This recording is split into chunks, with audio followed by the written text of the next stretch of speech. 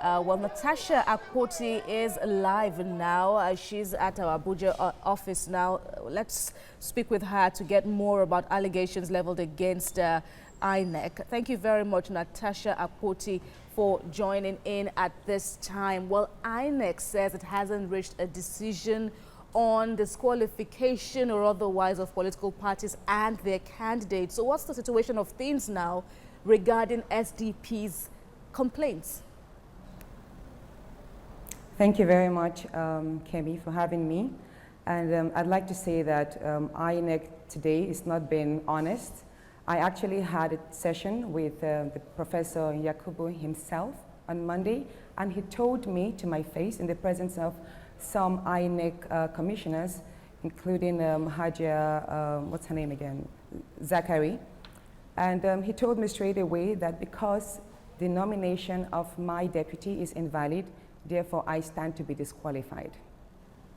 And I'd like to read to Nigerians the letter which INEC sent to my party.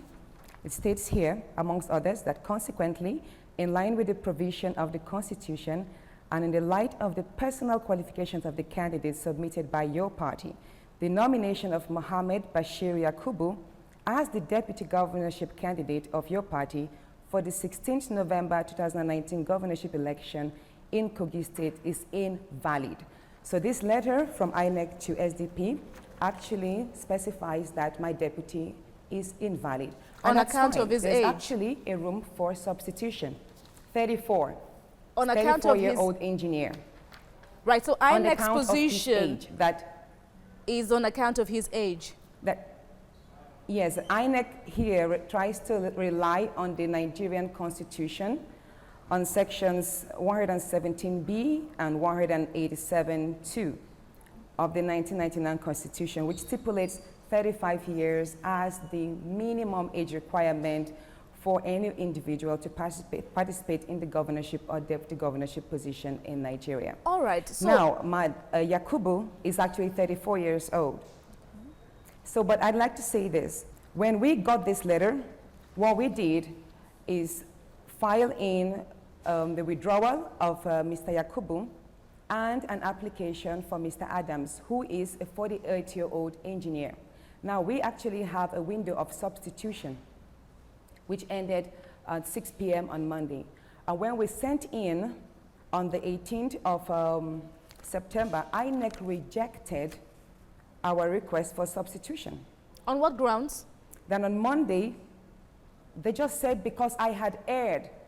INEC said because I had committed an offense by submitting in, they call it an unqualified candidate, that the 34-year-old Nigerian was unqualified, and therefore that actually invalidates my entire nomination. All right, so what's your desire now? How do you want to see this through, that you are not denied of your right to contest in the election? I'd like to say this clearly, that the deputy governor is in no way liable in disqualifying me. I went through the Electoral Act, all the processes that would nominate me as a valid candidate. I paid for the forms, I participated in primaries, I had delegates that voted me, and INEC accepted my nomination as valid and published my name on the 12th of September on their website. So INEC itself had some procedures that they would have put in place to ensure that, to check whether I was qualified or not before even listing me as one of those qualified to contest the elections in November. So coming around to disqualify me on the grounds of my candidate, and we have some legal questions to ask. One, does INEC have the powers to disqualify a candidate, a gubernatorial candidate that was validly nominated? The second legal question is, does an invalid nomination of the deputy governor disqualify the valid nomination of a governor? There is no provision of such in the Constitution, neither is there provision of such in the Electoral Act. Right. And I'd like Nigerians to know as well, right, that but presently today, allow me to ask the further. deputy governor of Nasarawa State is a 33-year-old man. In Nasarawa State today, Mahdi Aliu Gusau is a 33-year-old gentleman who serves in the capacity of Deputy Governor of Zamfara State today. And when we asked INEC about that, they said it was the Supreme Court that allowed that exemption. So we ask again, if INEC relies on the 1999 Constitution as the supreme law of Nigeria, which binds them as an institution, is the law of the Supreme Court superior to the Constitution?